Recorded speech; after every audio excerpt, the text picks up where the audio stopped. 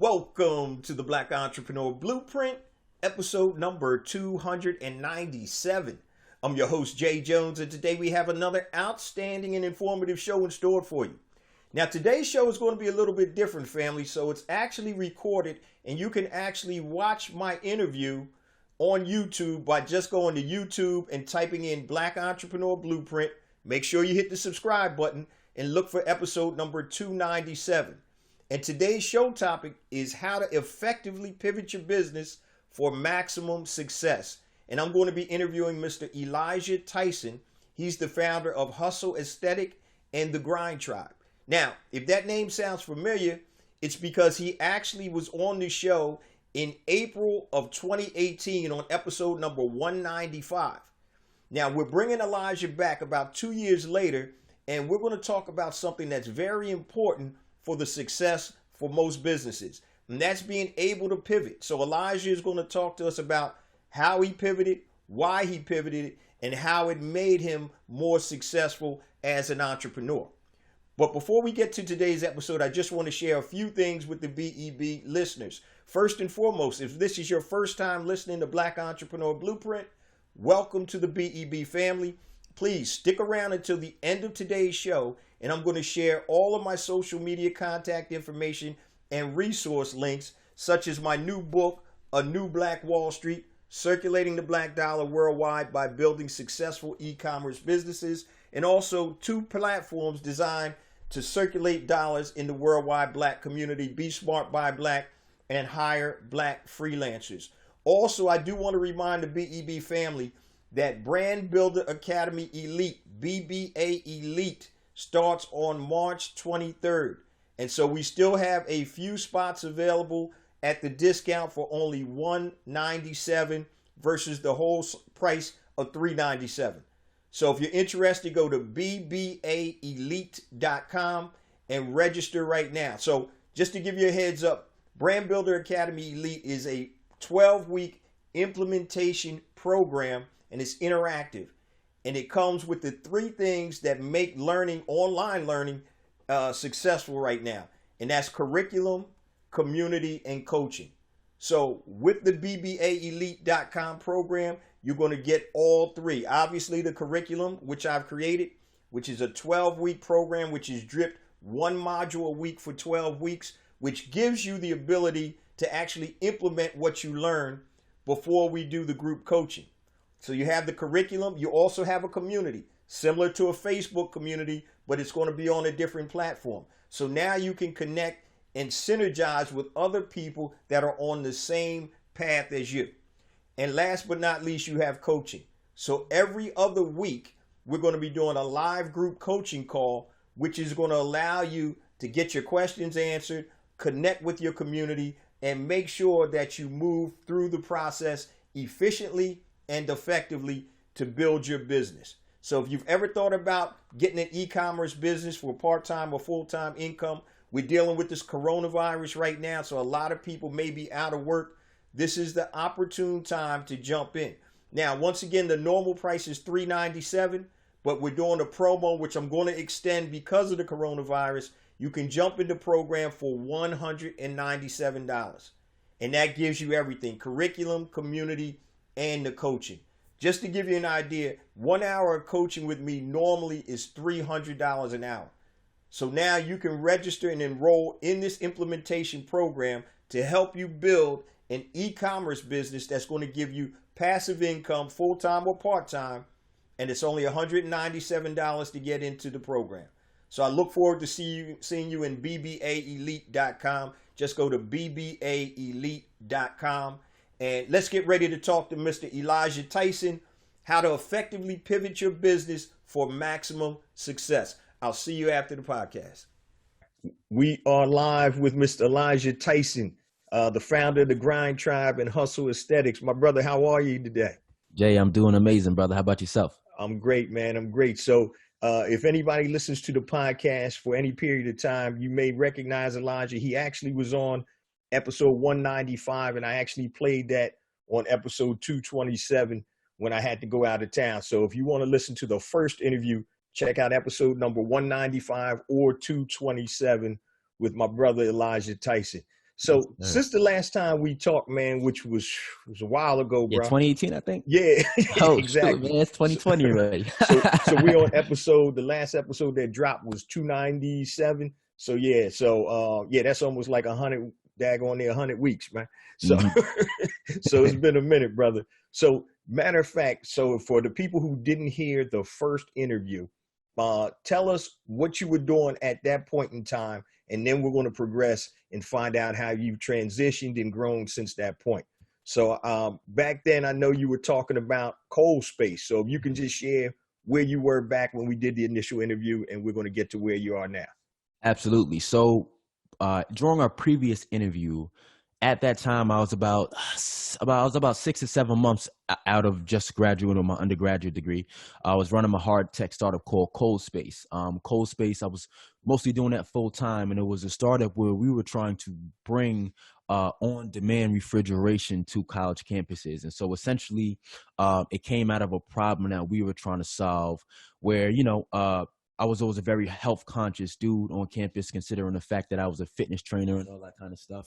And also, it just I was just at a point where I was tired of bringing my food to campus and all that kind of stuff, and I was not able to actually have a place to store it. And so one day I was walking past these vending machines, and I was like, man, it would be great if I could walk past a vending machine that actually wasn't trying to sell me food, but actually could sell me a little mini refrigerated space to store my food. And so that's kind of where the inception of the idea came about.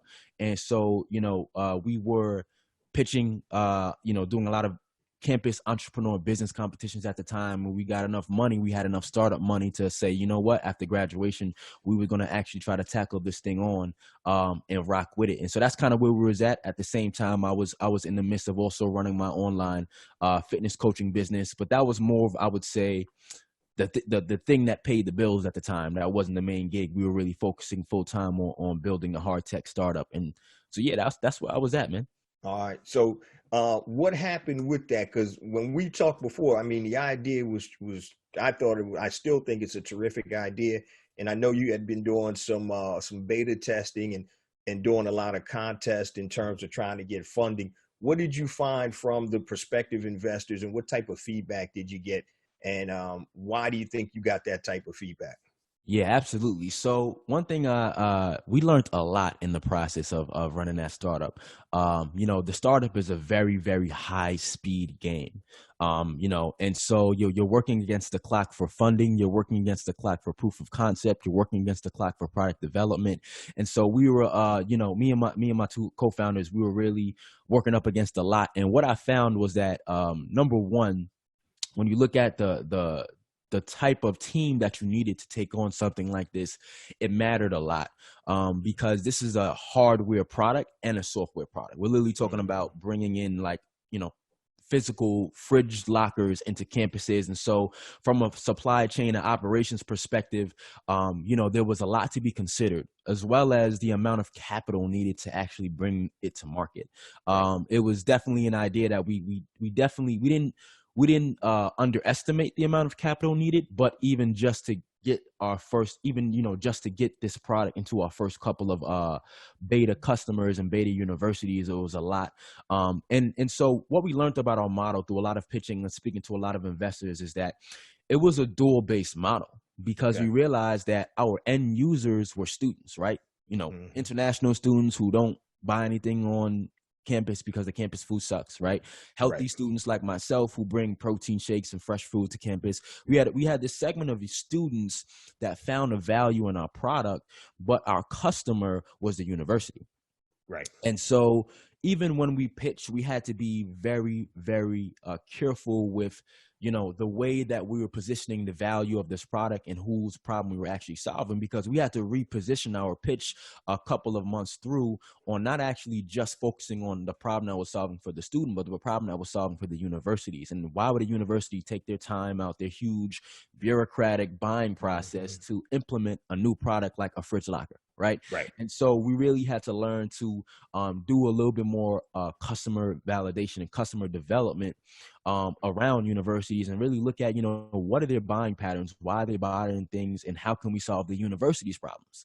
And Right. so that was a Makes kind of sense. pivot in the positioning from a pitching standpoint, because we Mm-hmm. had to, we got gobbled up by investors in our first line of trying to get funding, just because they were like, yo, you guys got to really understand what's going on, what you're doing here, because you guys Mm-hmm. know a lot about your end users and how this product can work for them, but you don't know a lot about the university. And so we took about the second year of our product to really just do more validation in that space, and learned a Okay. lot about how universities, the problems that they're dealing with, retention with students when it comes to their meal plans, the problems that they're dealing with accommodating their students, especially when they have high international student populations, which is a lot of students, which is a lot of schools in the Northeast. And so we really learned, okay, we got this product. We know what problem it solves for an end user, but we got a buyer Mm-hmm. to go through. And now it's Right. all about positioning this to our buyer to say, hey, we know that universities want to buy, especially university dining services. They would have been the ones predominantly buying this product. Fine. We learned Mm-hmm. that they want to buy anything that helps them increase the relationship that they have with their students, as Mm-hmm. well as decrease their costs. And so Right. we then took the approach to approach universities, say, hey, maybe you can make this fridge locker, this space accommodation, this on-demand refrigeration, a part of your meal plans, right? Mm-hmm. Maybe you can utilize this to show your students that you're actually not trying to just take off their money with your overpriced meal plans, but you actually care Right. about just accommodating them to eat comfortably on campus anyway. And so we Mm-hmm. really learned to reposition our product not only for the end user, but reposition the value for the buyer. Because again, we were dealing with a lot of moving parts in bringing this thing to market. And so it was an amazing journey in learning how to get both of those ends of the perspective, talking to Mm-hmm. universities, reaching out to universities, learning how to get through the gatekeepers and get the right guys on the phone and just tell you the information that you need, but Right. also staying close to one end user and being like, hey, as a student, how would you like to pay for this? As a subscription, as part of your meal plan? Where would you like to use it? How often would you use it? Where are the major pain points that this is solving for you? And so I would say that was like the major point that in which we learned around how can we position a product for the buyer? How can Right. we position this product for the people who are actually writing the checkout for us? And Right. then be continuous with that in the way that we're communicating. Because we realize that, like, a lot of these dudes, like, they love the product, they love the idea. It Mm-hmm. sounds very novel, but a lot of people are confused at the end of this pitch. And Right. so, we took the second half of the runway running the startup to really refocus on, our customers, the people who are buying the product. Gotcha. Now that makes a lot of sense. And this is one thing I always talk about, especially the new entrepreneurs. Until you get into the game, you're not going to know what's going to come up. You may have some ideas, and obviously, we all think we know. Not that we know everything, but we think that we have everything covered. The base is covered. But a lot of times, you'll get questions and things shot at you, and you'll be like, "Man, I didn't even think about that." Yep. So that's part of the process. Now, I wanted to ask you real quick because I know we talked off air before about trying to get some venture capital. And I know when you guys were doing a lot of these venture capital contests that you guys were coming in like second and stuff like that. And what are your thoughts? And we're going to talk about this as being a founder, a Black founder Mhm. of a quote unquote tech business or anything like that. Did you find how did the VCs treat you in that respect? And do you think there's a difference if you were of another hue versus being a Black quote unquote tech founder? um, yeah, absolutely. Okay. 100%. And I would say that you can either look at it as an advantage or a disadvantage. And it comes with a disadvantage, period. And that's just the reality of it. I've been in a lot of rooms where, we're in these networking events and you got the VCs around, and I've gotten, the shoulder close of the circle as I approach it. And Hmm. you just feel out of place, period, Right. being in this space. And so another thing is, people will open up to who they feel like they relate to, Right. and so when you're Black, what I'm saying, and when you're in this venture capital space, a lot of things will come off condescending. A lot of things will come off, you will question a lot of things in regards to what's going on. And I learned a lot about the venture capital space, not only from a funding and a positioning standpoint, but also that, when you are Black and you're in that space, your stuff has got to be polished up 10 times harder. Yeah. You know what I'm saying? Your team slide, who you have on your team, we already have this inferiorization, globally around Black anything, Black business, Black products. And so, when a venture capitalist is walking, when an investor is walking past your table, to bring that macro down in a micro, like even just your materials on your table, it's got to be 10 times flyer than, the white company next to you. Because again, people have been socialized to see Black as inferior. Right. And so when I'm bringing that back into a micro, there's a lot of conversations where, when you're getting doubted, people see doubts in your product, you're having a hard time trying to distinguish if it's actually because of a flaw in your product or it's because it having to do with their perception of you. And so it's extremely hard mentally and emotionally to maneuver through that space. But then again, you can pay attention to that and you see it as a disadvantage, or do what I do is see it as an advantage. And so, one of the advantages is always, investors invest in you, not your product, right?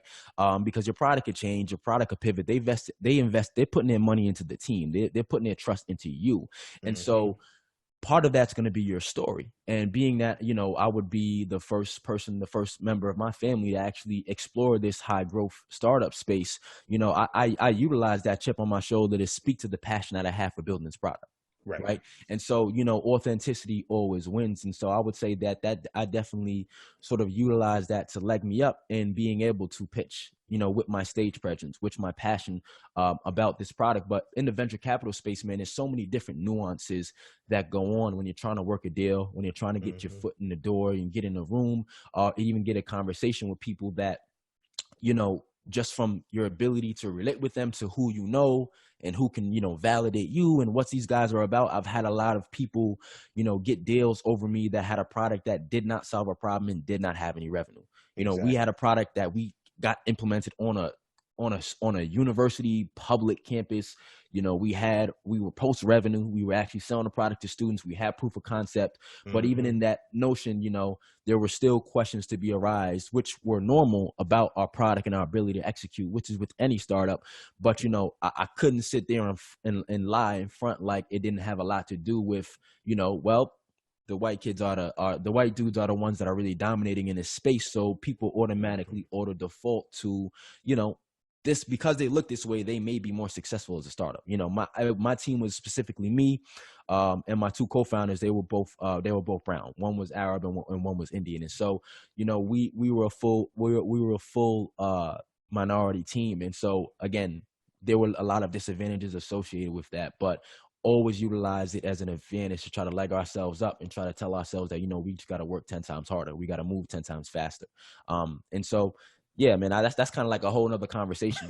We're going to get to that later on in the interview. It's politics, it's all different types of stuff associated with that. But great. It was definitely an interesting space to be in. It taught me a lot about handling certain situations and how to really maneuver in a space where, you got to depend on other people to get you what you need. Definitely. And it's funny with my background, when I was a former financial consultant or stockbroker back then, financial consultant now, and I used to deal with a lot of IPOs, being at one of the major wirehouses. And some of the things, when we saw a company that we didn't think was, how did this company go public? And we'd always say, man, this thing doesn't have any legs. But once again, it's the connections and who and all that. Yeah. And I'm looking at some of these companies now, some of these e-commerce, not the platforms per se, but some of these e-commerce companies and digital media companies that, like you said, have no revenue. It's a concept, but they still get the financial backing, hundreds of millions of dollars to go out here and see if they can make this thing work. And so, the playing field, man, I'm telling you, has always been, unfortunately, leveled against us. And anytime we have a level playing field, we always exceed. You know what I mean? Succeed and exceed. The problem is we don't have a level playing field on most things. So when it comes to sports right now, we usually have a level playing field, see what's happening in sports. Now that needs to transition over to business and like politics and things of that nature. But that's the deal. We're always working from, unfortunately, it seems to be a disadvantage. But we're going to talk later in the show how you can turn that quote unquote disadvantage to an advantage. Mhm. So let me ask you real quick, man. It looks like, or it sounds like, that you made a pivot in your business. Yes. And so, because I know when we talked off the air before, you said that, the cold space thing, you need to go and do what's really inside of you and Mhm. get that message out. Yeah. So how did you make that pivot, or what made you make that pivot, and to what are you doing right now?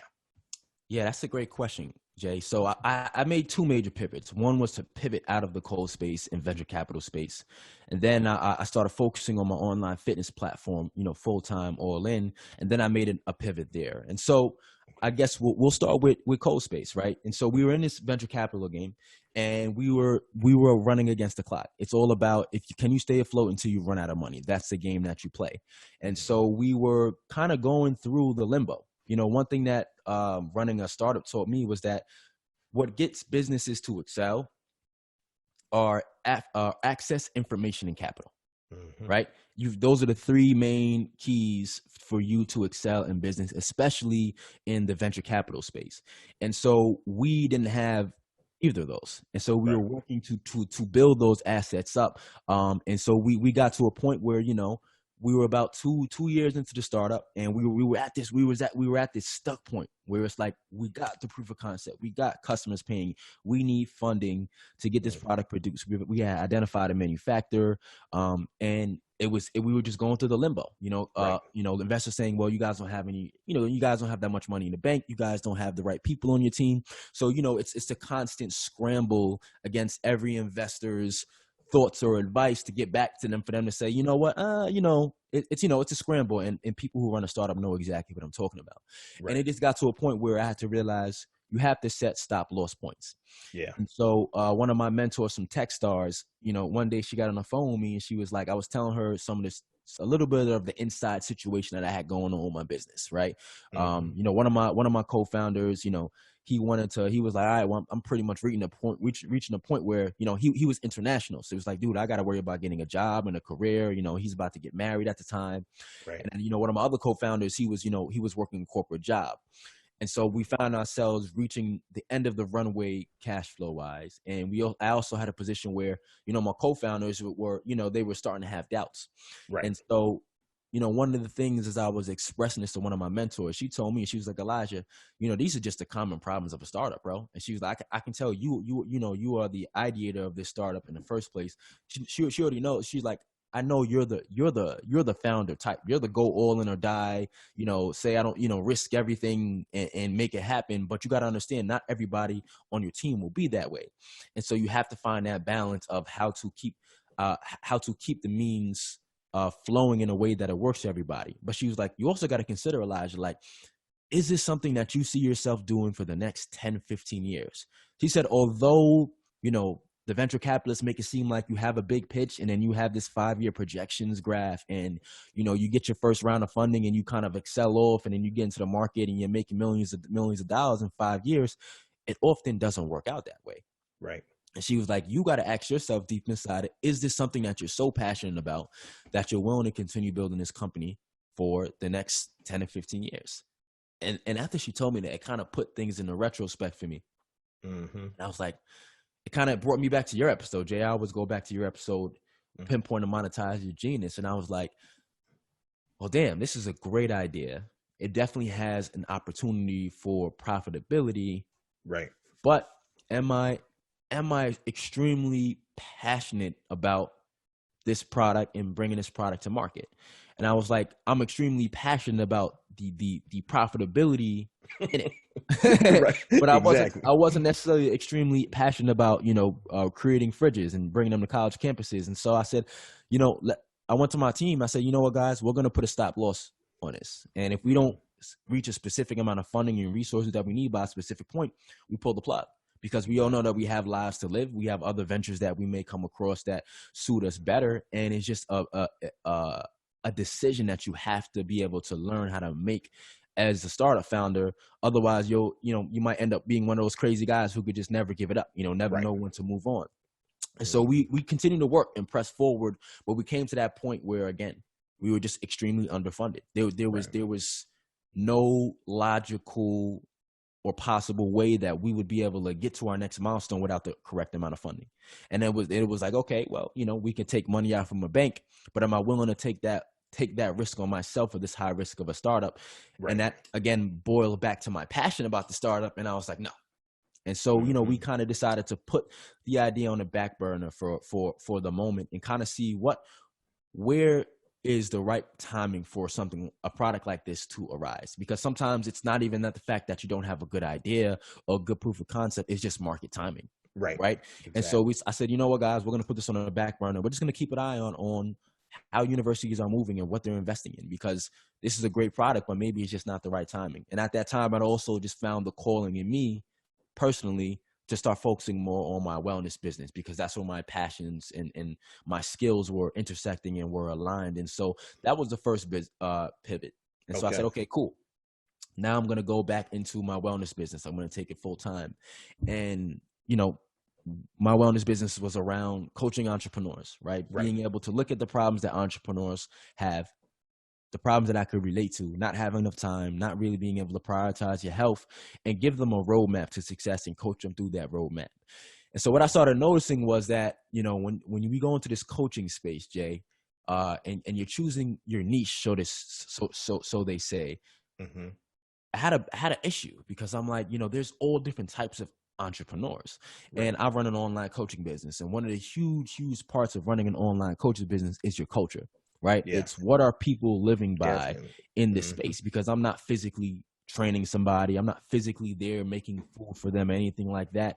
And so I said, well, I really want to lead people in this space. I really want to create something that's scalable, but I'm coaching everybody right now. I was coaching entrepreneurs. I was coaching people outside the entrepreneur space, different types of entrepreneurs. And I kind of had no culture, and I was really just trading my time for money. It wasn't scalable at that moment.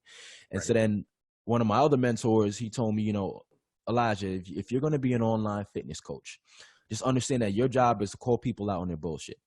Now, if you cannot relate to their problems, it's extremely hard to call them out on their bullshit, because you can't relate and they can see that. Right. And it really hit home there. And he was like, you want to be able to choose a niche in which you can show up to fully passionate about, and really understand that you can build something, of this matter for the next 10 years. Exactly. And so that's when I actually made the pivot in my coaching business, to only coach men, and only coach men of color who were entrepreneurs. And so that was sort of the second pivot. That was the pivot in my coaching business. And, since then, man, it's been amazing. It's been amazing to be able to I wouldn't really say I made that decision based off of anything to do with color or race or ethnicity.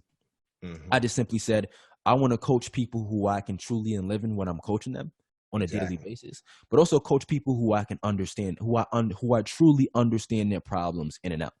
Definitely. As an upcoming entrepreneur of color, I can understand your problems in and out, because I am an upcoming entrepreneur of color. And so, with that came a really just a great ascension in the way that I market, a great ascension in the way that I coach, and a great ascension in the way that I create community.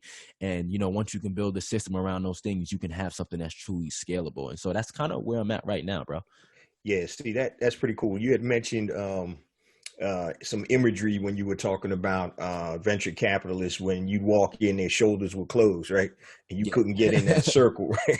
So now when you're walking into a room now, be it on video or whatever, you're comfortable, because you are the avatar of who you're coaching. You know what I mean? So it's no facade. You don't have to put on a different face. You don't have to do anything different, because you're being yourself. And like you said, I think once you have, when you're just yourself and you're true to who you are and who your customers are, people can see that. Absolutely. They can definitely see it. One of the things I wanted to roll back a little bit was when you talked about knowing when to fold them, right? So as entrepreneurs, when you start a company, it's like your baby. It's like, oh, you breathe life into it. Now, you're feeding it at night, 2 a.m. You know what I mean? You've given up everything you got for your business. So let me ask you, how tough was that for you to just say, you know what, this isn't the right time. I got to move forward. Was that a tough transition for you, or were you at the point where you were just ready to move forward anyway? Tell us a little bit about that. It was a little bit of both, man. It was a little bit of both. I had told myself no matter what, I was gonna make that start. I was gonna have that startup, the startup that made me a million, that made me a millionaire. Mm-hmm. That changed the path of the way that generational wealth was created for my family.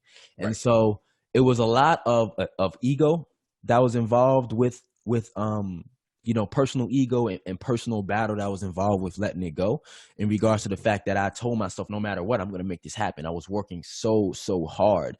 Right. But also, with that was learning how to detach from my ego, my emotion, and my babe. You have to detach from looking at this thing as a baby and looking at it as, what do I really want?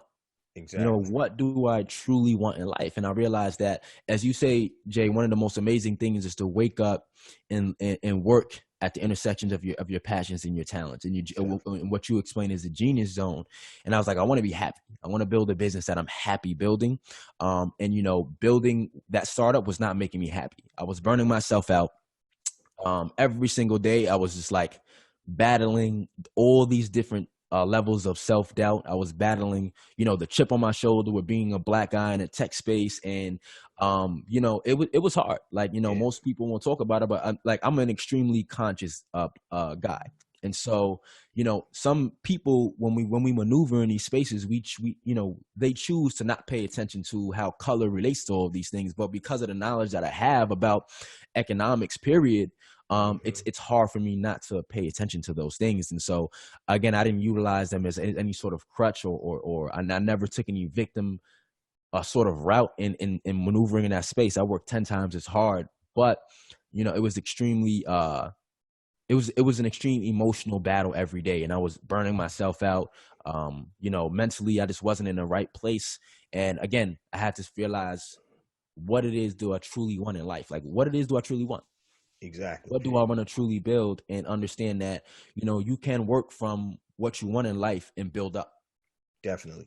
It's funny you mentioned that, man. I've been out of the financial consulting business for years, but I ran into a dude that was at Wells Fargo Advisors, and he knew a friend of mine, and he ran a local office, or actually a region in the Philadelphia area. He Yeah. was like, "Oh man, you come back into business now, man. You do a tremendous amount, blah blah blah." And he was like, "Man, he's like, yeah, I'll start you off at six figures." I'm like, dude, that that It's doesn't not even even, about the money yeah, anymore, I ain't man. even waking up for that. Yeah. So, but the thing is, and I had to explain to him. I said, look, man, anytime you're starting, especially in that business, because you got to fill up your book, with clients, and you're out there schmoozing, running around, chasing money, and all of that stuff. I told him, I said, bro, I said, when you climb a mountain, right? Because whatever you do as an entrepreneur, you're climbing a mountain. As whatever you try to venture to in life, it's going to be a struggle unless you're just undershooting, Right. whatever your objectives are.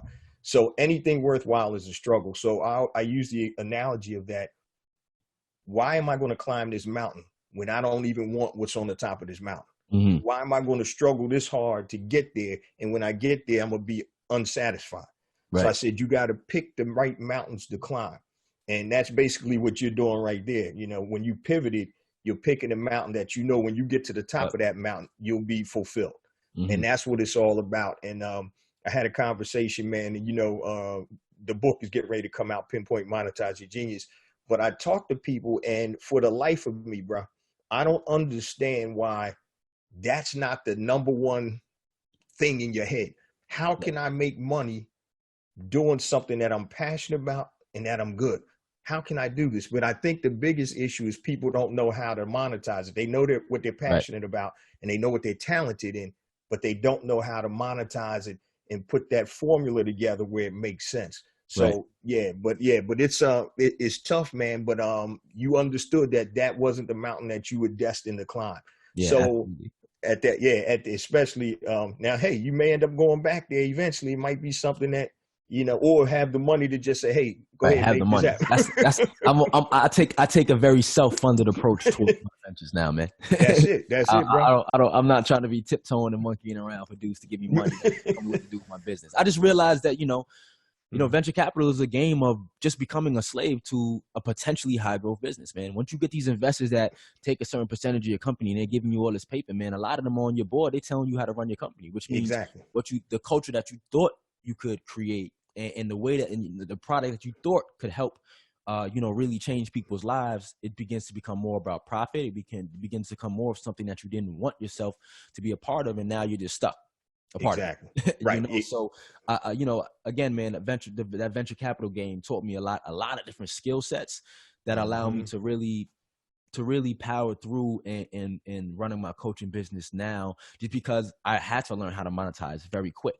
Right. I had to build a product that never existed physically and monetize it. And so it taught me a lot of skills around sales, a lot of skills around product development, around lean product development, which is you don't always have to have your product finished to be selling it, and all these different kind of things, man. But Jay, one thing I would say is my experience. I always say that this is the great thing about being a coach, right? Nobody can replicate your experiences. That's right. Right. And so in my experiences running in venture capital for 2 years, I was always around people who, number one, did not look like me. So it was a very lonely experience. And also, number two, did not give a damn about their health. So it was a very interesting experience. And so when I decided to go back in my coaching business, I did customer development the same way I did on my startup. Because I was like, I'm not the typical fitness trainer out here. I don't just sell you a plan and tell you what to eat and tell you what to work out. I sell a lifestyle. I help elevate your standard of living, and I lead and I coach you through that. But I was like, what is the true problem that I'm solving? Right. And I was like, the problem that I'm solving is not that these entrepreneurs are like, dude, I need a workout plan that doesn't take any time. It's like, with the niche that I'm working with, these dudes are young and these dudes are upcoming. The problem that I'm solving is a level of self-doubt that they have about themselves. Right. The problem that I'm solving is what happens when you're burnt out and you're not taking care of yourself and you feel like you're losing in business and you feel like you want to quit. And I just started to just really understand my tribe a lot more and connect their problems with my experience and really understand that, again, as entrepreneurs, Jay, we're problem solvers. That's it. You know what I'm saying? As a fitness coach, I'm solving a problem. I'm utilizing fitness and fitness and health as a vehicle to solve it. But I'm solving a problem that upcoming Black and brown entrepreneurs who grew up and learned in school that everything that was ever made that was any significant advancement towards society or civilization was made by somebody that was white, right? I grew up thinking Jesus was white. That's a whole nother conversation. I know. The lack of representation, man, we can't act like that doesn't play a part in our self-efficacy in this game of entrepreneurship. Definitely. And I realized that, when I was in that space, I was burning myself out. I was telling myself every day, like, yo, there really aren't a lot of dudes like me in this game doing this. Maybe it's just not meant to be. Maybe I'm just not cut from the cloth to do this. And I realized that that's a problem that a lot of upcoming, entrepreneurs that look like me are dealing with. And so that's the problem that I truly solve in my coaching business, is elevating not only your body, but your mindset. Like, because at the end of the day, as a Black entrepreneur, me and you both know, Jay, we can't afford to not operate at our highest physical and mental capacity. Gotta have it. Like, we all heard the story from moms growing up that you got to work 10 times hard as a person who doesn't look like you to get what they got. And what I realized is that while that same story that we tell ourselves becomes a strength, it also becomes a weakness. Because that's the story that I was telling myself when I was in venture capital, and I was just, even as a fitness trainer, I was fitness trainer on the side. I still wasn't really keeping up with my health, with my mind. I wasn't eating right. I was kind of just like, yo, I was balls to the wall. This is what you got to do. And what I found is that I was burning myself out. And when I was burning myself out, I couldn't come to the table all in.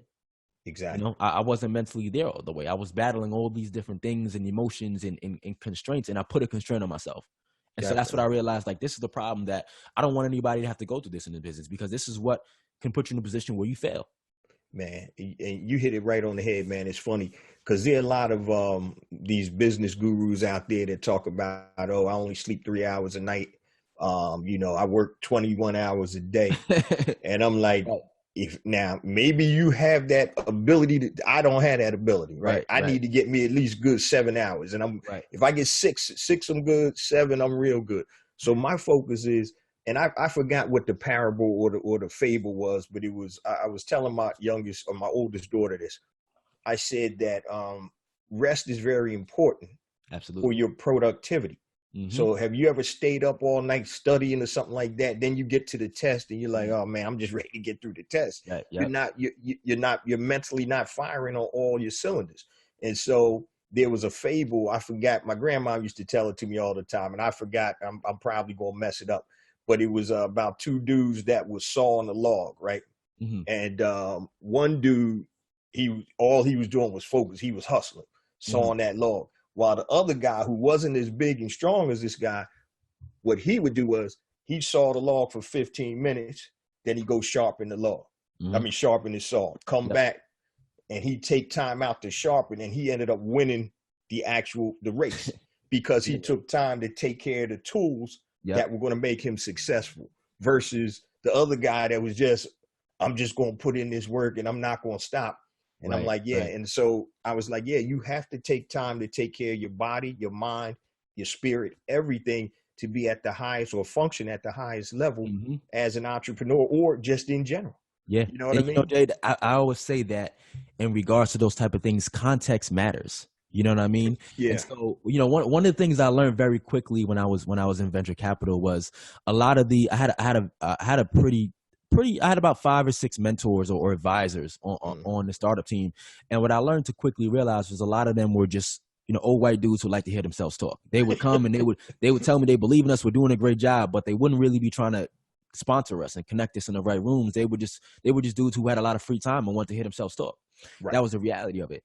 And so when I go into this space and I see these different gurus and thought leaders, a lot of them have a lot of great things to say, but I always say you got to take things with a grain of salt. You know what I'm saying? Definitely. When Gary Vee was back saying that you need to not be sleep, you need to only be sleeping 2, 3, 4 hours a night. That's who I was I'm talking like, yo, about. I'm like, as a black man, I need my sleep and I need my meditation, bro. I'm sorry, That's it. I can't get with that. I can't Exactly. get with that. You know what I'm saying? Yep. When Grant Cardone is telling you to go sell away, but he's not talking about professionalism or learning Exactly. about your customer, again, I can't get with that. And so I always say take these things with a grain of salt. And there's not to say that these guys don't have different adjuncts of what they're saying that are great and are very useful and very Right. valuable, but it's all about context. Because again, what are the things that come in the way of us excelling as business owners is access, information, and capital. And so That's when it. we start with a lack of capital and then we start getting Mm-hmm. information that is wrong, and we're struggling to get access, our information holds up a lot of weight. So Definitely. if we're taking information from people that have become successful in their own ways and their own experiences, and we're trying to live our journeys to success and mirror their journey, but they don't have the same context, they don't have the same experiences, they don't have the same advantages or disadvantages of us, there's a lot that can go wrong in that process. And so I always say, man, we got to stick to what works for us. You know what I'm saying? Because again, when the playing field is not leveled out, we gotta really think within context to what's really going on. Definitely. Yeah. Now it's funny speaking about, some of those gurus and some of the things. That's a great point, guys, in terms of thinking about where the content, where it comes from, the Yep. context rather of the conversation, because everybody's experiences are different. So there you could have, and here's a real life story. One of my best friends has been in the packaging business for like 25 years. He sells corrugated packaging. His company does packaging for like Kind bars and all of that type of stuff. So he had a manager that came in, um, same age as all of us. And I knew the guy, nice guy, but he had a drug problem. So the guy was in a sales meeting, a national sales meeting. He's in the bathroom doing coke. He's stoned out of his mind in the middle of the sales meeting. He comes back. My buddy says he had coke all on his nose, and he just wiles out, right? And the CEO of the company takes him aside and say, "Hey, man, it's okay. We're going to get you help. We're going to send you in for treatment for a couple of weeks, Man, and you'll be back on the horse again." Now, if that was a brother or a it would have sister, been a rap him. He would oh, it was a wrap, man. So you're right. People work based on the context of where they are in their own right, personal experiences. And right, unfortunately, a lot of times our experiences are those which put us behind the eight ball before we even get out there and right. get rocking and rolling, man. So I wanted to transition real quick in terms of your new business now, and what is the trend? Because really, what we're doing, you're looking at transformation. Absolutely. So, what is the transformation for somebody? First of all, tell us what your group is, the name of your coaching program, and Yes. tell us what type of transformation that we hope will take place as you go through this. So, any of the young brothers and entrepreneurs who are listening to this, if they want to take advantage of it, just give us a little, overview of what your whole program is about. Absolutely. So my transformation program is called the Grind Tribe Elite, and is essentially it's a community where entrepreneurs and founders of color can come together to find alignment in their health and their hustle. And Okay. so essentially, where I take guys is where they're at right now, right? And the biggest problem is they're burning out. Right. We're burning ourselves out because we're building a business. It's not like you go to work every day and you have a specific set of tasks to do and you know when to clock out. Right. So most of us find ourselves in this extreme gray area where we're kind of just working all the time. Right. And so that's taking a toll on our personal lives. That's taking a toll on our health, the amount of time that we think we have to put in our health. And so we're in this gray area, working all the time, burning ourselves out. And what that leads to a lack in your physical and your mental health. Meaning, a lot of dudes experience weight gain. A lot of dudes start experiencing, they can't find their motivation and find themselves in mental ruts. And this is just a part of the chain of events that happen when you start burning yourself out. And so, when I'm marketing, when I'm speaking to my audience, I'm speaking to that guy right there. And so what we do is we take you through this roadmap, man, where you're really able to conquer and build the skill sets around three things. That's mind, body, and alignment. And so with my program, we focus a lot on mindset. And when I say mindset, it's not just, saying affirmations, but it's really transforming your mindset in regards to the way that you tell yourself stories, right? With specific frameworks. A lot of our actions, our habits are based around the stories that we tell ourselves about ourselves. Exactly. So being able to not only transform your mindset, but also do the proper things that you need to do to build your mental capacity. Cool. A lot of entrepreneurs, we don't have bosses. So it's very hard to call ourselves out on our bullshit when we're easily distracted, when we're easily unproductive, and when we just don't have the willpower to be getting things done fast enough. And because we don't have bosses, we just say, oh, I'm going to work longer. And because entrepreneurship is cool now, being in an office at 12 a.m. is cool. And so we don't really get the context of what we're truly doing with our mental capacity. And that's one thing that I truly focus on, being able to elevate your willpower, elevate your ability to do more. And so that's what we start with. And then we go into body. So that's specifically moving your body, training and eating right to do. We focus on three things. Number one is increase the amount of energy that you have on a daily basis, because we all know what it feels like to have to go write an ad or do some sales calls or start, or go into a meeting when we're tired versus when we have enough energy, right? That changes the outcome of a lot of those different things that we've got going on. So we focus on building your energy first through the foods that you're eating in the way that you're in the way that you're training, and then we focus on building muscle. Same thing with the foods that you're eating and the way that you're training. And then lastly is fat loss, because we want everybody to be lean, because lean in body is lean in mind. I always say to my guys, listen, the extra weight that you got on your body that's not supposed to be there, man, is extra weight that you got on your mind. You ain't lying, bro. I'm working on that now. Let me just plug this laptop in real quick, man. Looks like I'm about to lose juice. Give me 2 seconds. Nah, go ahead. Go do your thing, man.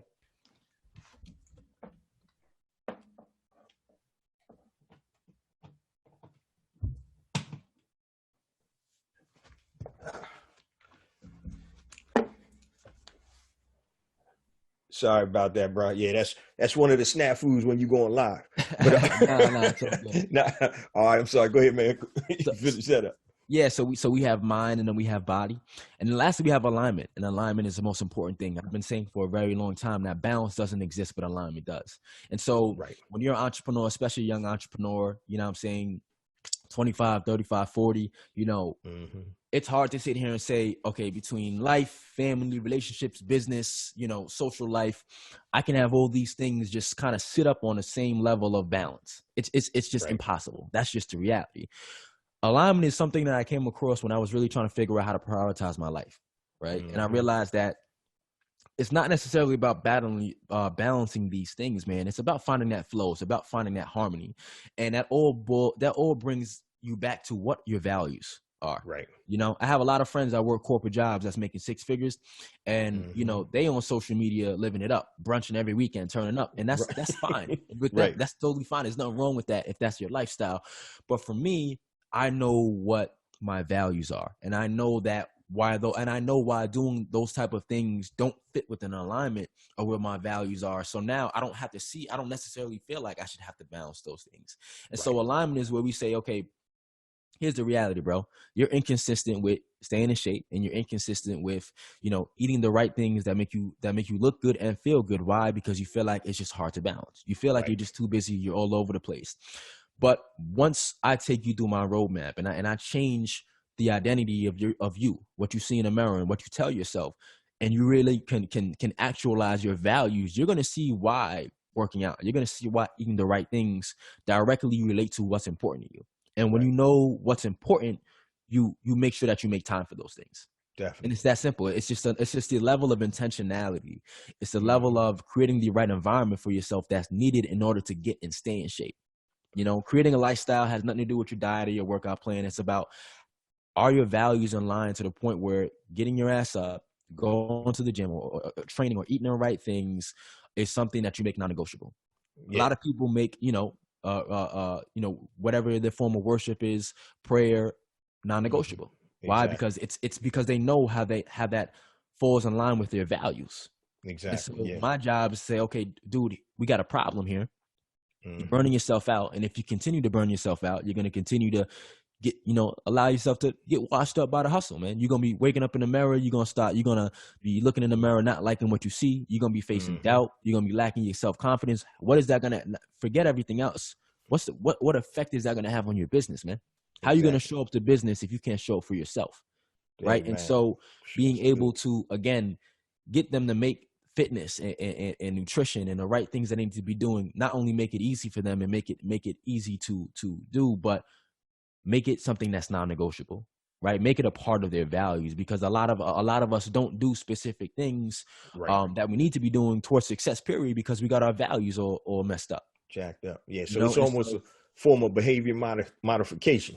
absolutely. Yeah. Yeah. And again, it's not easy. Most people will tell you, you just need the right program and the right nutrition plan, or shake or detox or whatever to get in shape. And I'm like, no, you don't. None of that shit matters. The Exactly. reality is you're changing your standard of living for yourself. And that's going to take a lot of, it's just like becoming a producer in your business. A lot of Exactly. entrepreneurs right now, they probably listen to your podcast every Monday because they need that motivational boost. Because Mm-hmm. most of us go to bed every day thinking that, damn, like, I'm just Right. not getting enough things done. But what you got to realize is it takes time, and you got to break away old habits and replace them with new habits. And it takes Definitely. time to be at the position. I look at some of these dudes in like masterminds that I'm in and online fitness coaching that are doing these Mm-hmm. crazy numbers, and these dudes produce things so fast. And Right. I'm like, how do you do that? But it's Mm-hmm. because they putting the sets in the reps in. And so it's the same Exactly. thing with your health. I know Yeah. the fitness industry makes it seem like you're just one shake or one, Right. 28-day challenge away. But Yeah. the reality is you're not. You got to change your habits, and it's going to take time. It's going to take sets and reps. And my job as a coach is to create a Mm-hmm. roadmap that prepares you for the challenges that you're going to have to overcome, like your environment, like the stories Exactly. you're telling yourself, like the lack in the motivation you have, like things that are surfacing up from your past that you didn't even know were there, which put you in a mind state of like, oh, fuck it. Right. Like Yep. my job as a coach is to elevate you and lead you through the obstacles. Everything else is Exactly. obsolete. Man, it's funny because I was just talking about, we talked offline before. So like with my new Brand Builder Academy Elite, I'm telling people, if in order to make that transformation and you have all of these components in your program, you obviously have to have the curriculum, which you do, Yep. the community, which you have that, and the coaching component. Those are the three components that help people transform. And so, right now, like online courses and stuff by themselves, they're getting cheapened because, you can go to Udemy. Now you don't know who Right. necessarily the instructor is Right. and get something for $10, $15. Mm-hmm. And so without those that community and the community and coaching components, those are the things that help people actually make the transformation because they're held accountable and they have somebody to talk to. Can I do this and will you help me? And that's what Absolutely. the community and also the coaching do. So Before we not hang up, but get off, we're gonna let you give all the contact information and your links and all of that good stuff, resource links, so Okay. people who want to sign up can definitely do that. I want to real quick flip the script a little bit, man, about and this kind of goes along with it. It's about, and I'm big on this, an ecosystem or a movement. What are your thoughts on building an ecosystem or building a movement, and what is the importance of that? Absolutely. Oh man, it's extremely important, man.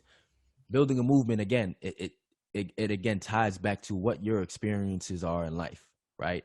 And so when I look at what I'm building, if that same mentor from Techstars were to come back and ask me, Elijah, can you see yourself building out a community where you help minority entrepreneurs elevate their health and mind for the next 10 years? I would say absolutely, There you right? go.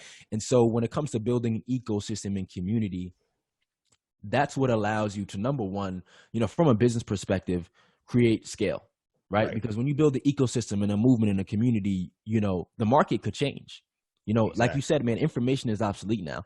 The perceived value of information has become lesser. That's why you can get courses on Udemy for $10, right? Exactly. And so Yep. if you only got information to give people, you become commoditized. But when you have a movement, and we have a movement that allows people to reinvent their values in life and their standard of living and the way they see or perceive certain things, now you've got something, again, from a business perspective, that you can create products and services around. You can create events around all these different kinds of things. But for me personally, man, I look at it as this holds home to me, Right. because what I'm doing is I'm leveling out the playing field for young upcoming entrepreneurs through their health, right? Through Definitely. the health, and through elevating them and leading them and coaching them through this new standard that we're creating here in my community. And so that's something that stands close to my why. It doesn't only stand close to my experiences, but I know that I'm doing something for the world that is going to make it a better place. I know I'm doing something for my community that's going to make it a better place. That's going to elevate these guys' lives. I've had dudes that have been through my program, and they're literally making more money with their business at the end of Right. my program, because they got See. more energy, but they got more confidence, but also they utilize the same tactics that they tell themselves when they don't feel like going to the gym, to hack their mindset when they don't feel like figuring out what's wrong with their funnel or their product or whatever it is they got going on in business, whatever challenges they Yeah. got. And so when it comes to building a movement in an ecosystem, man, if you're in the online space, especially if you're a coach, if you have an experience in which is worthy of building a movement out of it, 100% do so. Keep Like, it that's in. your brand. My brand is not my brand is not my workouts. It's not, my nutrition. My brand is my movement, and Exactly. I'm going to stand by that movement. I'm going to live in that movement for as long as I'm going. Yeah. And so being able to create that from a business and a personal perspective, but also what it's doing for your community and your customers, is an amazing thing, man, because you know, people want to feel like they're part of something. Definitely. It's like most people fall off a training or nutritional program just because we're people. We life gets in the way. But when I feel like I'm a part of something, well, That I'm a part community. of a new set of values. I'm a part of a new standard I'm setting for myself. And so I'm gonna work to continue to be a part of that, to continue to ascend myself in this specific movement. Because here's Definitely. why it relates to me. Here's why it's important to me. And so when you create a movement, it doesn't only connect to your why, but it helps connect your customers to their why as well, man. And it's just an amazing feeling when you have people come up to you and tell you that, the content, that whether they're just seeing your content or whether they're in your program, that is changing their life, that is changing Yeah. the way that they feel about themselves, that is changing the way, they their money that they're making in their business. Like, that's amazing. And it's not because of me, it's because of the movement It's the movement. that Yeah. I'm leading them through. And it's crazy, man, because yeah, when you get that type of confirmation, especially when you're doing or working in your genius zone, as we talked about, then you get that confirmation that just gives Yes, you sir. the extra boost. Yo, I'm on the right track. I'm doing what I'm supposed to be doing, and not am I only making money, but I'm helping people transform in the process. And when you can get to that point, man, that's what I tell people, man. When you're living in your genius, it's like no other. Yeah, it's going to be hard. You're going to have trying times just like Hmm. any other business. But what you're doing is you're being true to yourself and you're being true to what's inside of you. Yep. And you're sharing that with everybody else on the outside and helping them move from point A to point B. Real talk. I wanted to flip back real quick, man. We had talked a little bit about race. Mm-hmm. And we talked off air before. I did an episode, my episode 211, to be or not to be a black owned business. Yeah. That is the question. So Right. my question to you is, when you decided to make this pivot with your business,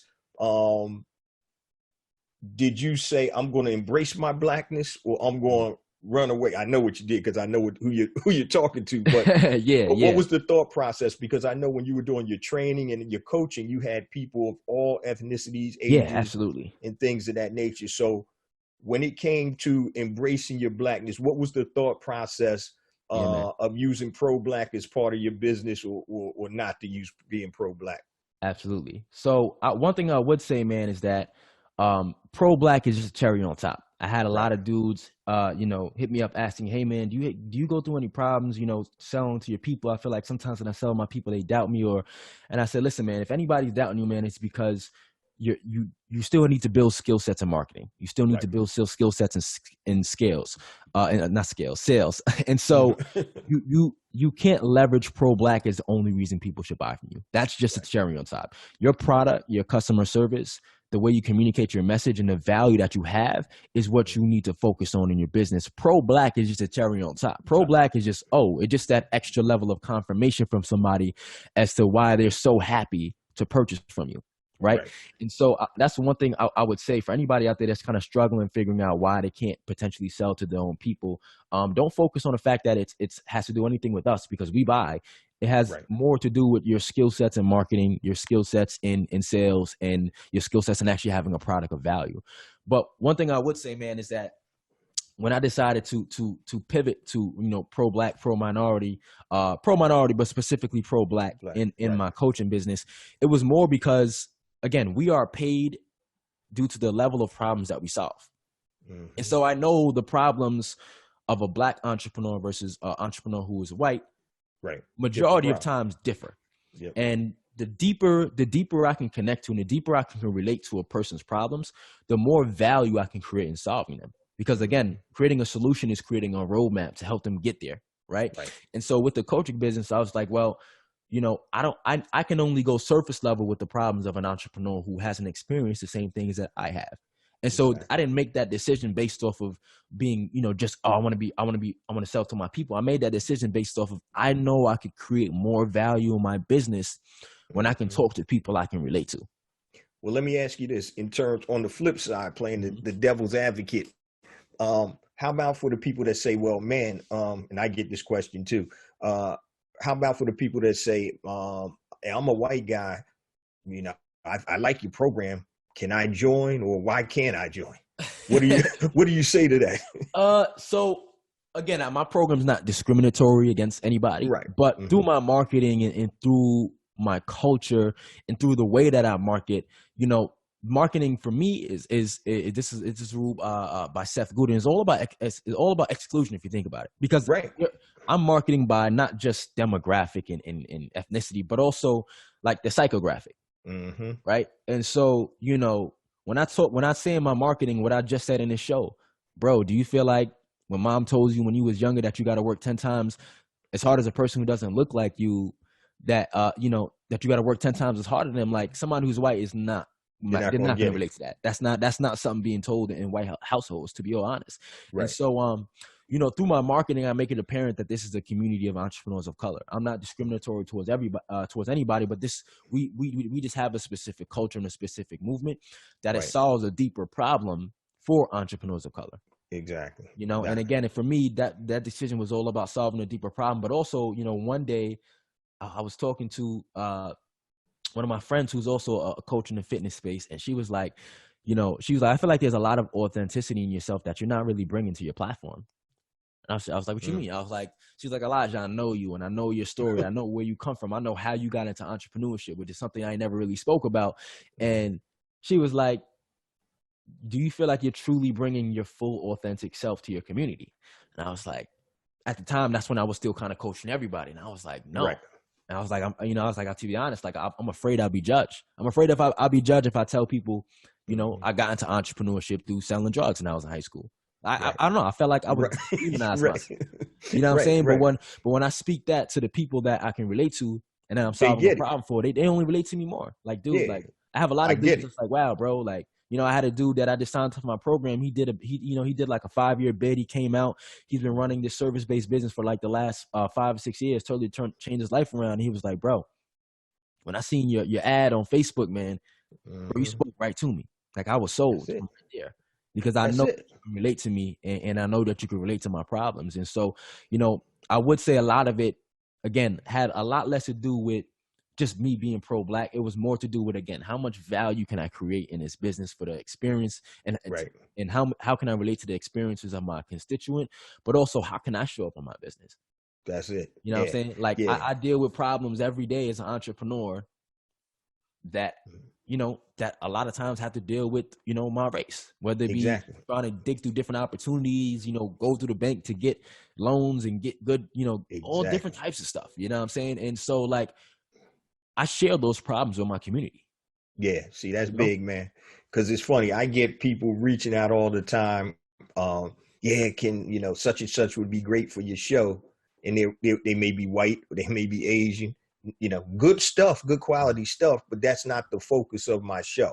right. So my show is to bring on Black entrepreneurs such as yourself and others that can share their experiences, because once again, as you just hit on, brother, there's certain things that are intrinsic for us as entrepreneurs Exactly. Hmm. that other people may not have to deal with. So, Yeah, and that's just the culturally, reality. business wise, socially, the whole thing. So, our culture, unfortunately, right now, it's not set up like the Asian culture back in Africa Not and stuff. We were a communal right. thing. So the land was communal. Nobody owned the land because Right. the land was communal to feed everybody.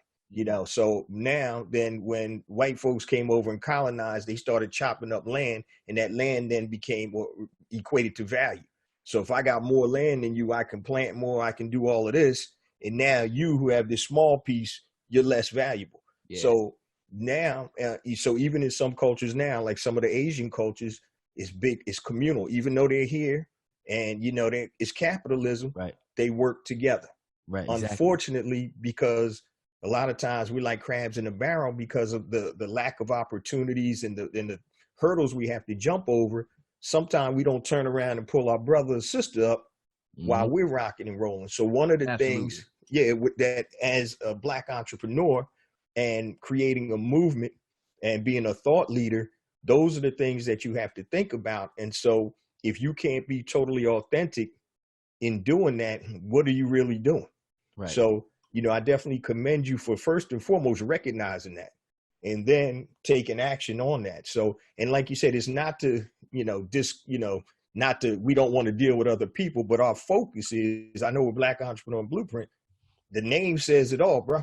Right. That's it. That's what it Yeah. is. You know Yeah. what I mean? It's for Black entrepreneurs, and And that's no disrespect to anybody else, because there's all type of organizations and movements and programs for people of other ethnicities. mhm. So Jewish Defense League. You go to any major city, you're gonna see newspapers Yep. or publications. There'll be Asian, Latina, Mhm. I mean, we Black, have a Chinatown everywhere. everywhere. It's called Exactly. Chinatown, It, right? But it, you know, yeah. Jay, I would say to add some context to that, man. You know, when I look at the way that we maneuver as Black people, collectively, there's like this unspoken word in the fitness professional community for Black fitness professionals that in order to really make it and to get you need to have high paying white clients. And so unless you live in Atlanta or Dallas or Houston, then Yeah. you know what I'm talking about. And Gotcha. so or DC. But unless you live in a place where there's very high amount of a high population of Black successful people, there's like this unspoken word that you kind of want to focus on. If you're a personal trainer, if you work in a studio, you want to kind of focus on having high paying older white clients. And I've had a lot of high paying older white clients before, and it's nothing against them. But what I would say is that, again, what are you trying to build? Exactly. When these people come to you and they complain to them about their problems, when you cannot relate to people about their problems and they vent to you their problems all day, it is extremely spiritually and emotionally draining. I believe it. Right. Yeah. And so, and there's nothing wrong to say that, you can have your fitness platform be for everybody. But for me, I was speaking to my friend about that. He was like, I don't know, man, Black people, they never want to invest in their health. And I'm like, well, what's the context of that, bro? Right. I know that Exactly. there's an issue with our values in regards to our health, Mm-hmm. in the way that we respect ourselves through food and through exercise and through movement. And Right. so with that context, again, I'm a very conscious brother. Why wouldn't I want to create a solution? One of the things that you got to look at marketing is the cost to educate That's your it. market. And so through my marketing, I'm educating every brother that's looking at my content like, yo, bro, here's exactly why you need to be in shape Yeah. as a Black entrepreneur. Here's exactly Exactly. what you're up against. Here's exactly what happens when you don't. And I know Exactly. everybody makes it seem like you got to trade your health for success, but that's just not the reality. You're missing Yeah. out on You life. You're not able to be all in on business if you're unhealthy, if you're tired all the time, if you're sluggish. And so I'm mm-hmm. totally okay with the cost to educate my market because it's connected to my values. My Exactly. values are to uplift anybody who looks like me in a space of business. Bro, you hit that you hit a couple things on the head, but one of the things I want to point out is that, and if you're going to go in through the struggle and you can't come in the room and be yourself with your community Absolutely. in terms of your something's wrong. See, a lot of times we chase after the dollar, and I've done that before. Oh man, this is a good opportunity. Let me make money. So, and that was the first thing on my mind. But realistically, when you're using what's inside and you can come into the room, it's like it's funny if you go into, and I've done this before. Like I had gone into my church is a predominantly Black church. We got different races and all that stuff. But I've been out of town one day, and I told my wife, I said, "Yo, let's go into this church. We don't know. I forgot where we were. Sunday. All right, we go into church because the church was right about 2 blocks from the hotel. Yeah. I walked in. It was an all white church, right? And we walked in there, and they turned around. They were like, "Yo, who are these cats?" So I'm supposed to be in church, and I should be comfortable. You know Right. what I mean? Yeah. But I wasn't even comfortable walking into that, house of worship. So you need to be comfortable. If you're building a business, damn, you better be comfortable with who you are and who you're working with. Because Absolutely. if you're not, the authenticity it's not going to be there. And Yeah, like man. you said, It's people, draining when you can't be authentic in your yeah, business. and people will know. They'll get that too. Yep. They'll Absolutely. they'll get that. Man, I know we've been rocking for a minute, bro, but That's let what we me do, ask you this. man. Every time, Yeah. man. Yo, yeah, I'm having a ball. Let me ask you this, man. What did you learn, man? I'm gonna go back to this pivoting thing real quick. What did you learn? What were some of the lessons you learned in your business and about yourself since the last show that we had? I probably should have asked that earlier, but Yeah. what are some of the things that you learned, man? Oof. Shoot. I mean, I guess I'll start with business, man. Okay. Number one, man, is in business, you gotta build skill sets. And so things take time, right? Right. Things take time, especially if you're starting out as an e-commerce entrepreneur, you run a coaching business or anything like that. You got to build skill sets, and building skill sets, it takes time, and you just got to be patient with yourself. Right. Another thing that I definitely have come into play, man, is like you got to really you really can't let your emotions come in the way of specific situations. Mm-hmm. I'm about to be 25 on Monday. Oh, So, cool. I still am self-aware that I'm an entrepreneur, that I'm young, and sometimes my ego can get in the way of certain things that I'm trying to maneuver in business, especially when I work the other side of my business where I do events and stuff and grabbing up sponsorships and working with corporate companies and all this kind of stuff. But you have to truly learn to get your emotions outside of business. And so, not saying emotions in regards to professionalism, because that's obvious, right? You always want to have a very high level of professionalism, period. But in the way that you perceive certain things that are being said to you or done to you, it's all about how can you push the needle forward and get to where you need to be. That's all that really matters. And sometimes our emotions can get in the way of that, and it can kind of create a bias on certain situations or transactions that we have, whether you're working with customers or working with other business. And so we got to learn to put those things aside. But personally, man, Mm-hmm. I learned that authenticity always wins. That's I it. learned that business is a journey of continuing to learn about yourself.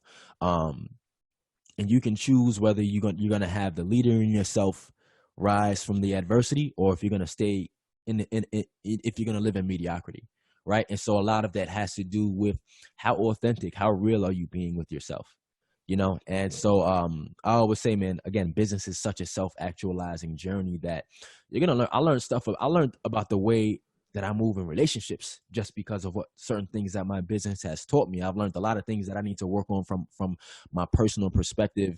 I've learned a lot between, again, creating that alignment between business and personal life. Yeah, A lot that's of people have powerful. this idea that you can't never turn off, but I always say, like, you got to have a time to turn off, because Got to. when you're not present with your family or with your significant other or whoever is important in your life, they're gonna feel that, man. Oh, definitely. And if we and a lot of times we think that we as entrepreneurs, it's very easy to fall into the cycle of, I'm gonna get this way when I Hmm. hit this next milestone, right? I'm gonna get in shape, or I'm gonna make more time for my family, or I'm gonna start taking care of my health, or I'm gonna Right. find a relationship or the right girl or the right husband once I do this. Right. What we don't understand is that what's behind this mountain that we're climbing up right now is just gonna be more mountains. That's it. Life is not, as long as if you really want to continue succeeding in life, it's not going to get any easier. You're Right. not going to get more time. Yeah. You know It's what I you. mean? And so your mindset around time, your mindset around quality and presence with the things that matter most to you in life, you got to learn to separate those things from just being on in a business all the time. Because if not, again, you can easily fall into the rut of being a person who's just always in business and never in life, never always living in business and never living in life. Yeah. Can't You know, separate it. Yeah. so I think for me as a young guy, I don't got any kids yet. I don't have any major constraints, so I have Hmm. every excuse to just push it all the time. You know what I'm Right. saying? But I do got to realize at times that I am a son to a mother, to a father. I'm a big brother to five siblings. You know what I'm saying? Hmm. Wherever I'm at in relationships at the time. And so, like, you've got to learn to not, I wouldn't really necessarily turn off, but again, create that alignment and being Hmm. fully present with where you're at, Yeah. whether it's be spending time with family or in the business. You know what I'm saying? You could be learn to build the skill set of being present, because when you are a business owner, I would say that's not something that you just do. It's like you have to have a certain level of skill set to not Hmm. open your phone and directly click that Gmail button Exactly. when you're at the dinner table, or when you spend time with your loved one, or whatever the case is, man. So personally, just a self-actualizing journey, continuing to learn about myself, man, through this process, continuing to learn about, where I want to be with my work, and what I want to do with my world and the world with my work, Jay. That's what's up, man. Because it's crazy. Because I always tell people, and I know me and you've been since the first episode. We've been on. We've always connected. I was like, yo, Sunday I normally don't do any business unless I'm like way behind on something. That's my day where I just decompress. My Yeah. phone will be on, but I rarely look at it on Sunday. That's because I'm like, yo, if I'm grinding 6 days a week, I need one day where Yeah, I'm just going to chill. And yeah, it's man. funny, and I had to learn the hard way, man. When my youngest daughter was born, man, uh, I was grinding like crazy, man. Going in 6, 7 in the morning, getting home 7, 8 at night. Mm-hmm. And my wife came to the office one day. She was like, "Damn, this is the only place I can basically see you." And she was like, Erica. Now Erica was probably about 6, 7 months old. She's like, baby girl ain't even gonna know who her father is because you working all the time. I said, yeah, I'm working so we can get that paper, right? So Right. we can, we can be in a position where you stay home and all of that. She said, I Yeah. know that, but that's not the most important thing. And the light bulb Yeah. had to go off. I was like, all right, you're right. You know what I mean? So I'm thinking I'm doing the right thing, which I mean, I was doing the right thing, but I had to have limits on it. Yeah. Like you said, have Absolutely. boundaries. And Yes. so, Healthy boundaries, man. yeah. And so I was like, damn, I didn't even think about it. I come home, Erica be half sleep or sleep pretty much. I kiss and all that good stuff. Then I'm going to eat and go to bed or whatever. Same Mhm. thing for the next day. And it was Right. nonstop. But that's how I had to, prioritize, man, and get everything in line. And like you said, it's about alignment. And so Absolutely. and another point I want to bring out real quick, man, you talked about there's always going to be another mountain behind the one you already climbing. And that's true. Yes, So, sir. and that mountain could be a personal mountain and not just the Mhm. entrepreneurial mountain. It could be, whatever, physical, mental, whatever, man. So we're always going to be able to continue to climb mountains because that's how entrepreneurs are built. We're built not to be stagnant. We got to keep moving. So just make sure you're moving in the right directions. That's going to be beneficial for you and your loved ones and your community. And then you're going to be in good shape, man. Bruh, tell everybody how they can connect with you also with your programs and like that. So anybody that wants to take advantage of your program, your coaching, let everybody know how they can connect with you, bro. Absolutely, yes. You guys can connect with me on Instagram at The Grind Tribe, all in one word. I'm on Facebook, facebook.com/The Grind Tribe as well. And, I'm always dropping different ways to communicate with me, free resources, free trainings, just delivering value on the things that I know can help the people that I can help. And more importantly, for everybody listening, I know I just dropped the social medias and handles and all that stuff real quick.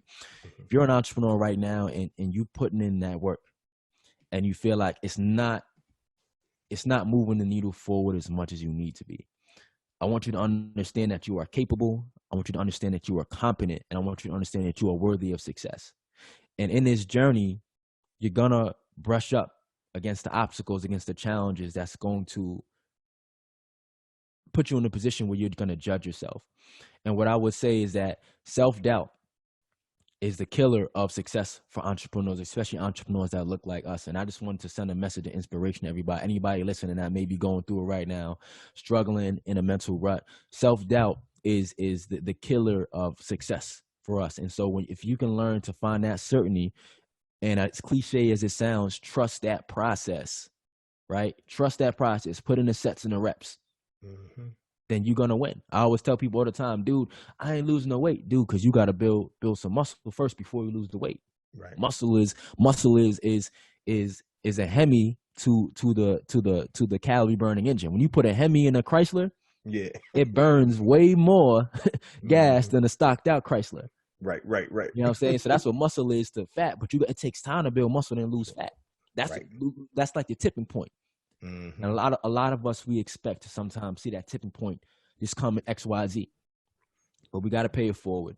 We got to put the reps in, and in that time, just have that level of certainty within yourself. Trust your process, believe in yourself as much as you can, because we can't succumb to the self-doubt. We can't succumb to the mediocrity of just starting and stopping. And so I just wanted to share that along with my social media handles, man, and leave everybody with that as That's well. what's up, bro. Hey, man, is there anything that I forgot to ask you, or that anything else you wanted to share with the BEB family, man? Sometime when we go through these interviews, we just chopping it up, and there may be Yeah. something that I didn't get to that you might want to share. So I don't know if there is. If there is, please do so. If not, you know. Um, Yeah, man. Again, just for everybody to keep on going, man. We're all in this fight together. You know what I'm saying? We're all striving for success together. Context matters. And of course, on my note, if you are an entrepreneur, if you are a Black entrepreneur, any entrepreneur really that's listening right now, understand that you do not have to trade your health for success. That's what's up. Understand that putting in those late night, doing all the things that are necessary, are needed, but do not trade your health for success. Because again, the mountain that you don't want to be facing is the one of something's wrong with me, something's wrong with my body, my health, my mind. And so if you can understand how intentional it is to be in shape, how intentional it is to be eating the right things on a daily basis, it can really allow you to excel and grow and become more creative, become more solution oriented, and be all in on business, be all in on life. And so that's my message, man. You don't got to trade health for success. And if you feel like right now you're just too busy to work out or to eat right, just hit me up. It don't matter who you are. I only coach men, but just hit me up. It don't matter who you are. We can go through a roadmap. We can go through a plan, because there's always ways to make it work. It's just a matter of how much are you willing to truly transform the way that you think about yourself and the way that you see health and wellness as an investment, not only in your business, but in yourself and your family and in your life. So that's what I will leave him with, Jay. All right, hey man, I appreciate you, man. And if you guys check him out on social media, he's got all these videos, man. Yo, man, how much do you weigh? And what were you deadlifting the other day, man? Yeah, I was like, what do you weigh? How tall are you? What do you weigh, man? I'm about 5'8". I weigh about 160 right now. All right, what were you deadlifting, man? That thing looked like, yo. That left him about 415. Oh my 415. goodness, Yeah. 415. All right, Yeah. so he ain't playing around, y'all. Oh, Nah, no, he we're has not some. playing, man. We're not playing. He got Help some. is wealth, baby. Got That's a some fact. tremendous videos out there and inspiration. Yo, man, you about to make me go do about 100 push-ups right now. Run through the Yes, sir. wall. Let's get to it, Jay. I'm gonna hold you accountable, bro. Oh, all right. I'm hit you by the end of the day. Like, yo, Jay, you better not be bullshitting me, bro. Hey, look, it's funny though, man. I do 100, but not all at one time. I do 25, 25, 25, 20 Listen, throughout the day, man. So I, still I get it do done. do That's that. what matters, my brother. Yeah. And so, but my brother, I appreciate you being on here, man, sharing those experiences and that wisdom. This is what I want the BEB family to recognize. This is a young brother right here, couple years out of college, decided not to go to the corporate America route, doing his own thing, finding himself, going through the process to learn. Like you said, entrepreneurship is going to teach you a lot about yourself, not just about business. It's going to teach you a lot about yourself. Also, one of the things I want to add too, if you're discouraged, make sure you hook up with a community like the Grind Tribe, Black Community matters, Entrepreneur man. Blueprint, because you Community need that. matters.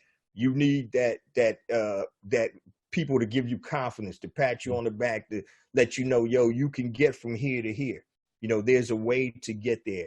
And If, man, so, if it wasn't for community, Jay, if it wasn't for having people like you, my other friends who are Black entrepreneurs, I don't know if I would have made it this far, man. I might have just been like, let me go put in an application, man. exactly. Because Yeah. you need that kinship. You need people who can understand the type of problems that you're going through, and it's not always people giving you the solutions. It's people just there to understand, people there to listen, that understand that context and that are fighting the same battle, man. It's extremely important for you, for your mental health. So I would definitely say, regardless, find that community, find that tribe that you need to elevate Bruh. yourself and keep yourself going in this journey. Man, look, it's funny because and sometimes you'll get the negative, and I talked about this on shows. It could be your own family, your best friends that don't understand or see the vision, Right. and you got to keep that stuff.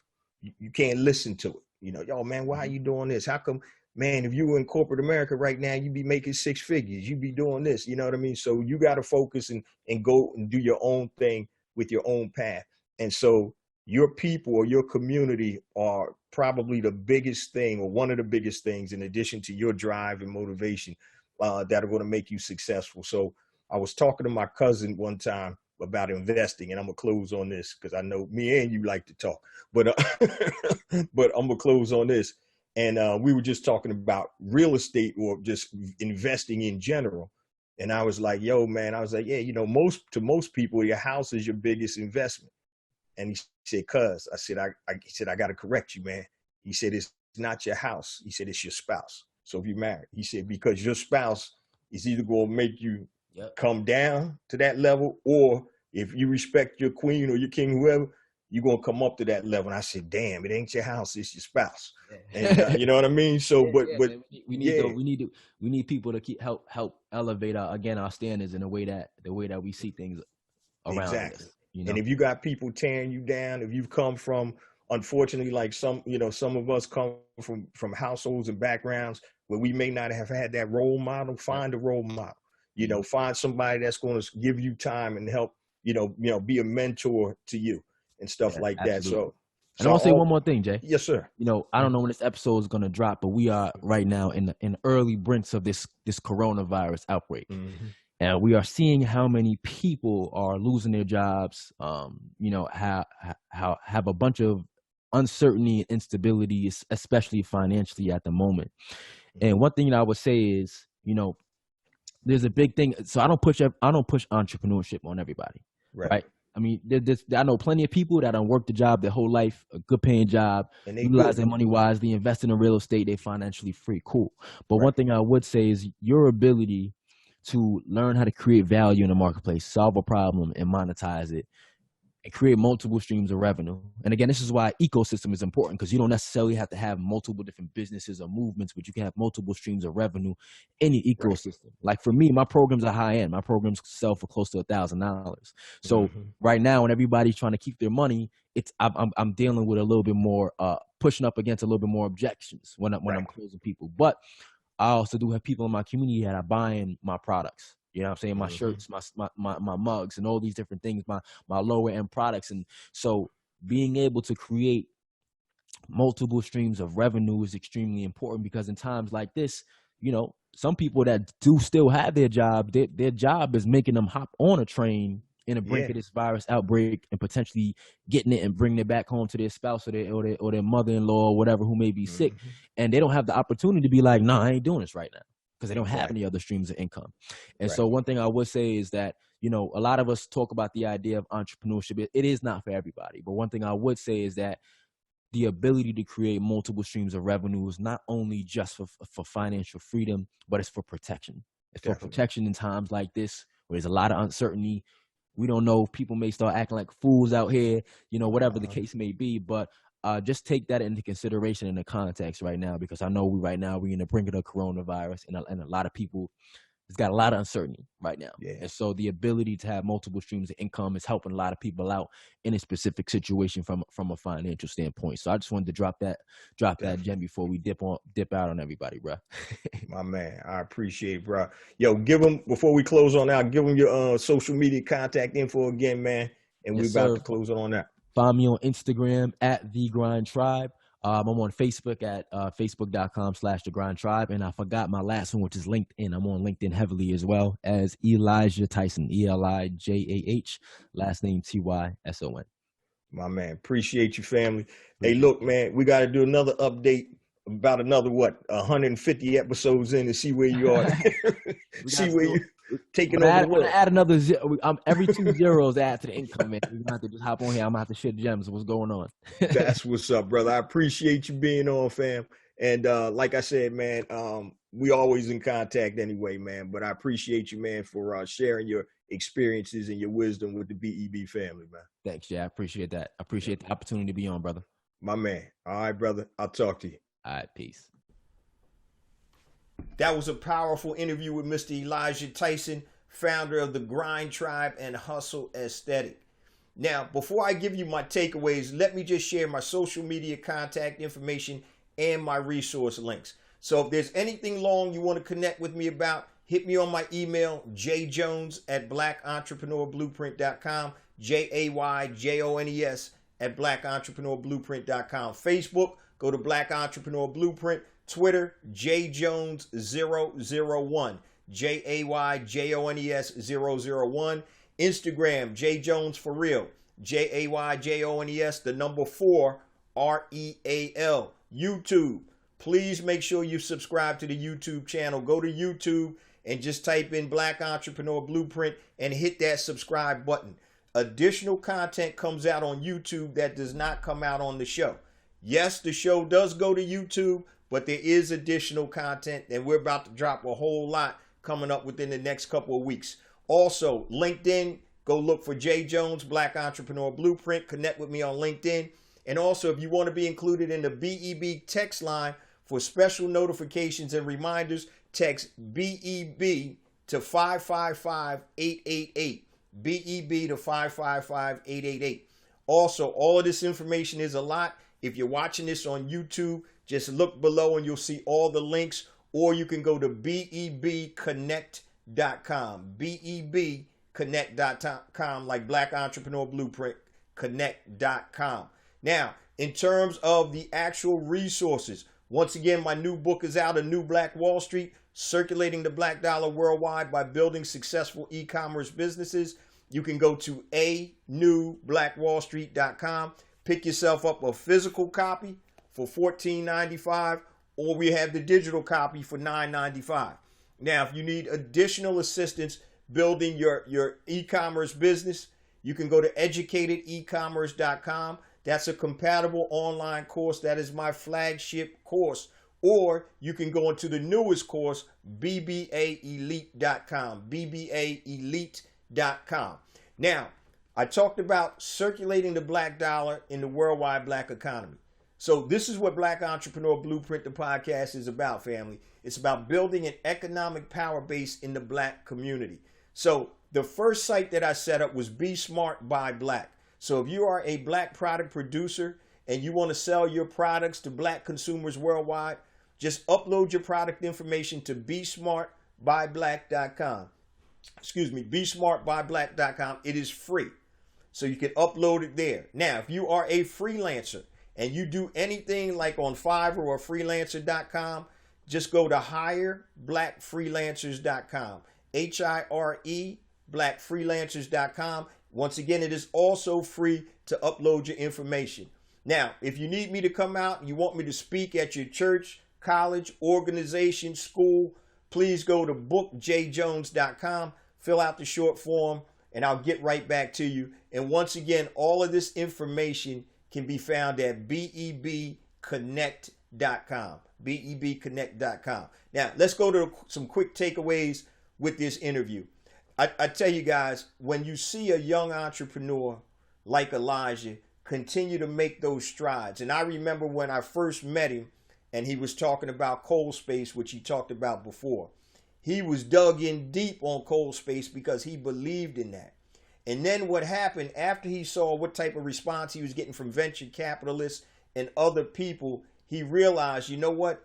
This isn't the mountain that I want to climb. If I'm going to expend all this energy to climb this mountain, I need to make sure that I climb a mountain that I want to get what's on the top of that mountain.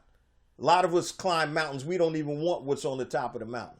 So he decided to pivot, and now, as he mentioned, pinpoint and monetize his genius, the intersection of your passion and your talent, and he's created programs to help other black male entrepreneurs become successful.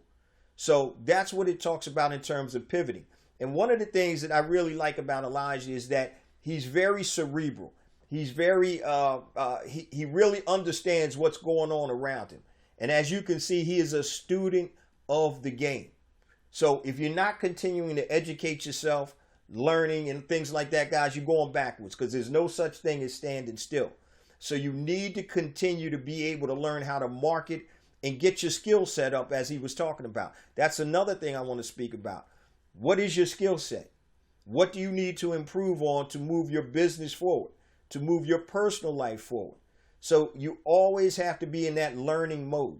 Learning never stops. When your learning stops, family, like I said, you're going backwards.